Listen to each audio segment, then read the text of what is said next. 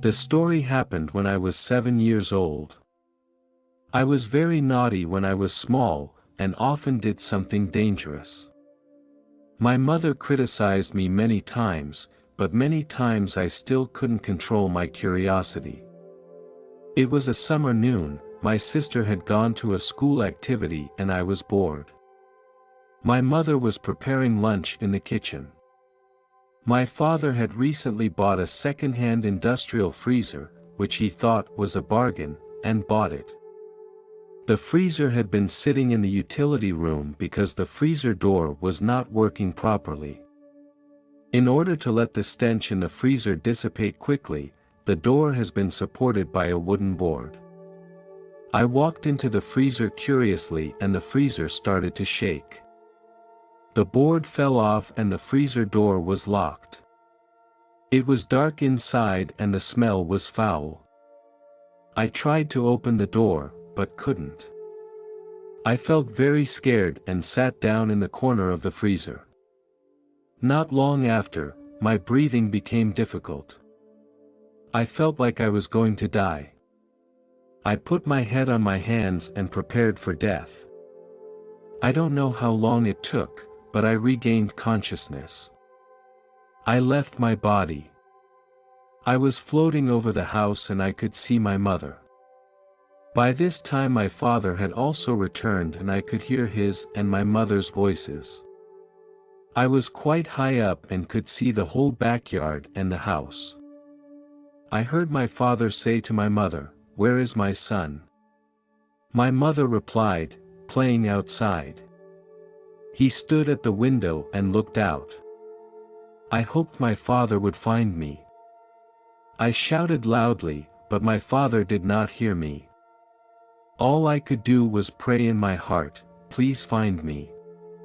He finally found the utility room. He saw that the freezer door was closed and he used a crowbar to pry it open. I was dragged out. I was not fully awake. My father carried me quickly to the kitchen and I finally got some fresh air, and it felt good. He put me on the couch. My father finally breathed a sigh of relief, but he also acted angry. He told me to drink more water and took me to the bedroom to rest. I felt confused and scared as I lay in bed resting. My mother continued to prepare lunch and everything seemed to be going on as usual. I felt like I needed more attention and love. I also never mentioned the incident to my parents. My father passed away back in 2017 and I never discussed the incident with him. My feelings about the incident as a child were that I was angry because it took my father a long time to open the freezer door. My mother was angry because I got into the freezer. I somehow felt that she wished I hadn't survived. And my relationship with my mother has been bad ever since. Overall, I feel that my trust in my parents has diminished. As an adult, I have learned to hide my emotions. I have become sensitive to many things. I often wake up from sleep. I panic because I am locked in my room.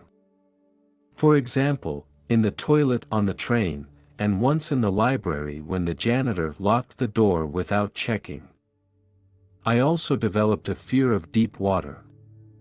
Worst of all was the fear of death. When I was a child, I felt my heart rate and breathing slow down as I lay resting in bed, and I feared I would die. The fear of death was always strong, especially at night. I have always suffered from sleep disorders. I sought treatment 2 years ago and my sleep disorder has now improved. My fear of death is not as strong now as it was before. I am now 61 years old and I have recently been researching the afterlife and I am constantly questioning what happens after we die. I watched a film about the afterlife, and it had a big impact on me. I felt a change taking place in me, and I felt that life had a purpose. My experience as a child was confusing and frightening. Now, Later in my life, I'm beginning to understand the importance of what's happening. This concludes our first story and moves on to the second. Back in 2009, I had a seizure that caused me to go into cardiac arrest. I was taken back to the intensive care unit.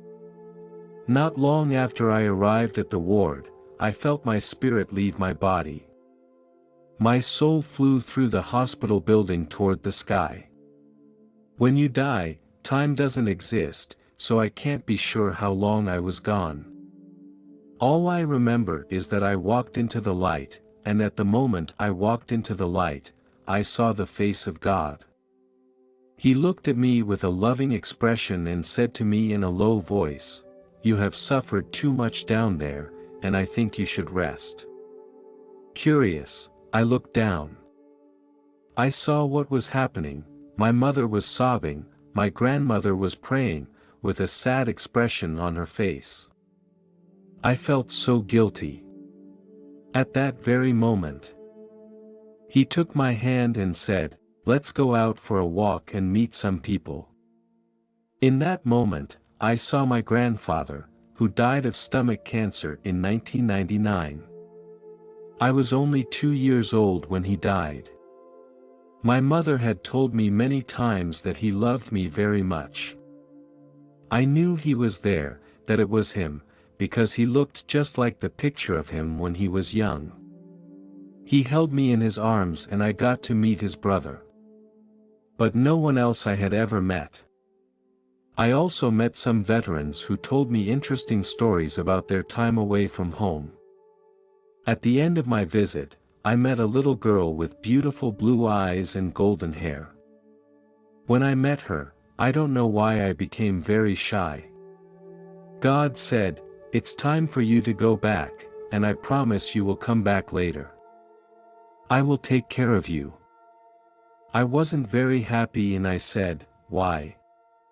I don't want to go yet, please." God looked at me and said, "Your grandmother's prayers must be answered." At that moment, I went through a tunnel back to the ward. My soul entered my body, my heart beat again, and I resumed breathing. Everyone breathed a sigh of relief. I could feel my heart beating. I felt the pain in my body. I lay like that for a few days, and for a moment I felt a hand holding me, and I opened my eyes to find out who it was. I saw the girl who made me shy. When I woke up, I asked the nurse where she had gone.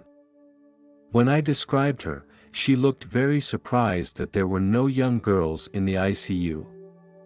But she explained to me that I had been in the ICU for 3 days.